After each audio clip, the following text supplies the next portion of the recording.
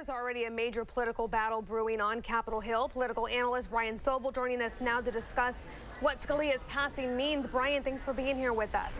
My pleasure, Kiba. So talk to us about this. We're already hearing it. I would say within hours of the news of his death, we're hearing both sides going at it. One side saying, you know what, the American people should decide, meaning the next president. Others saying the American people have decided. They re-elected President Obama now for a second term. This is his duty. What say you on all of this? Well, my opinion is sort of irrelevant in terms of whether that nomination ought to be made. But I will say that the president, I would expect, would send a name up, and importantly, I think he probably think it's his duty to send a name up, and so then the fight starts over whether the Senate will spend time taking a look at the nominee and voting on confirmation. So, Brian, the president would be negligent in delaying an appointment? Well, I just think, Mike, that at the end of the day, the president will do this because I think any president in this situation would send a name up.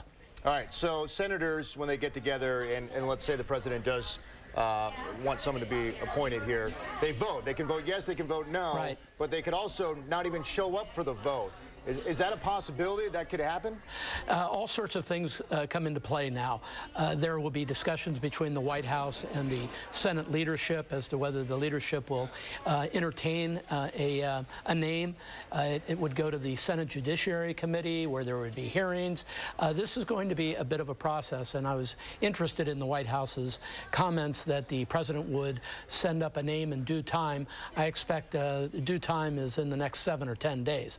But at the end of the day, you've got a court now that is basically deadlocked 4-4 on some key issues, and at the end of the day also Scalia, who was a towering intellect by anybody's judgment, whether you were a conservative or a liberal, will be lost to the court, and it changes the dynamics completely. Well, Brian, if you were just a guessing man, a betting man, with this current climate, what's happening in politics right now, do you think the president's going to nominate someone that's more moderate, confirmable, if you will? Yeah. Or is he going to choose actually who in his heart he wants to nominate? Well, if he believes that he can make it through this process with a nominee, it's got to be somebody who's a consensus nominee, somebody who can pull over enough Republicans to add to the Democrats in the Senate so that that person can be confirmed.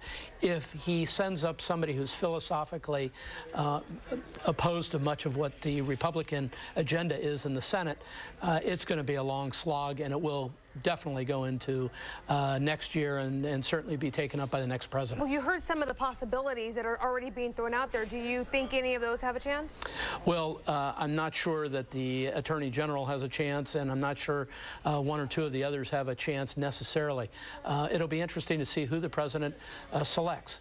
If it's somebody who's judged to be partisan, probably not a good chance of getting that person confirmed in the time that's left before President Obama leaves office. If Republicans filibuster, delay, I know I spoke to you this morning about this. I mean, the effect that could have on the Republican presidential candidate, whoever it may be, come November.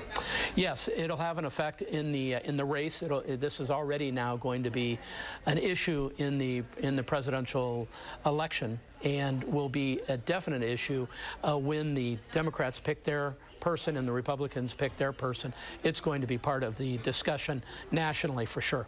Okay, well, we will have to keep our eye Absolutely. on this one. Brian Sobel, political analyst. Thank you, Brian. My pleasure. Thank you, Brian.